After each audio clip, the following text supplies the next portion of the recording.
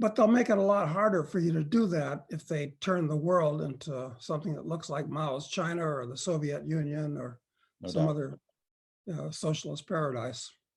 No doubt. No doubt. Okay. So let's see. There's just a couple of other questions here. One of them I thought was pretty humorous when you were talking about why the United States would break up, all the reasons why. And I encourage people to go look at that episode because I think there's a lot of really good information there. A lot of people were really bothered by that episode. They didn't, they thought it was unpatriotic, of course, to suggest it. They even thought that you were supporting foreign adversaries of the United States to like suggest that the U.S. might break apart or should break apart. And one put it quite specifically: "Are you working for Russia?" So, Doug, I want you to right now. Can you admit?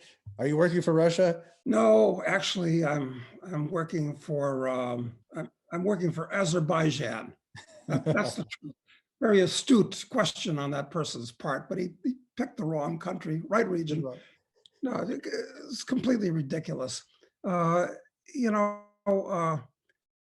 look, patriot. What's a patriot? It's somebody who figures that mine's the best country in the world because I was born there. And that's the way most of them think. Okay, this is the way my parents brought me up. Okay, you're lucky that you were brought up in the U.S. As a matter of fact, the U.S. was, until very recently, by far the best country in the world to have been born and grown up in. I mean, you really you won the lottery. Yep. You hit the jackpot just being born in the U.S. Under any circumstances. I don't care if your mother was a crack whore in the ghetto. You still won the lottery being born in the U.S. So this whole thing with patriotism, what does that mean? It means you're loyal to your government? Well, that's stupid because these regimes change. And generally the people that run the regimes are the poorest and worst kind of people. So loyalty to your government, very questionable. But then we can go to the next step, which is to be a nationalist.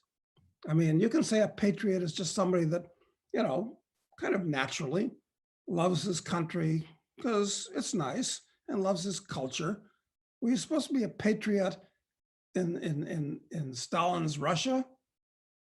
I mean, I would say a patriot in Stalin's Russia was an idiot, was a moron.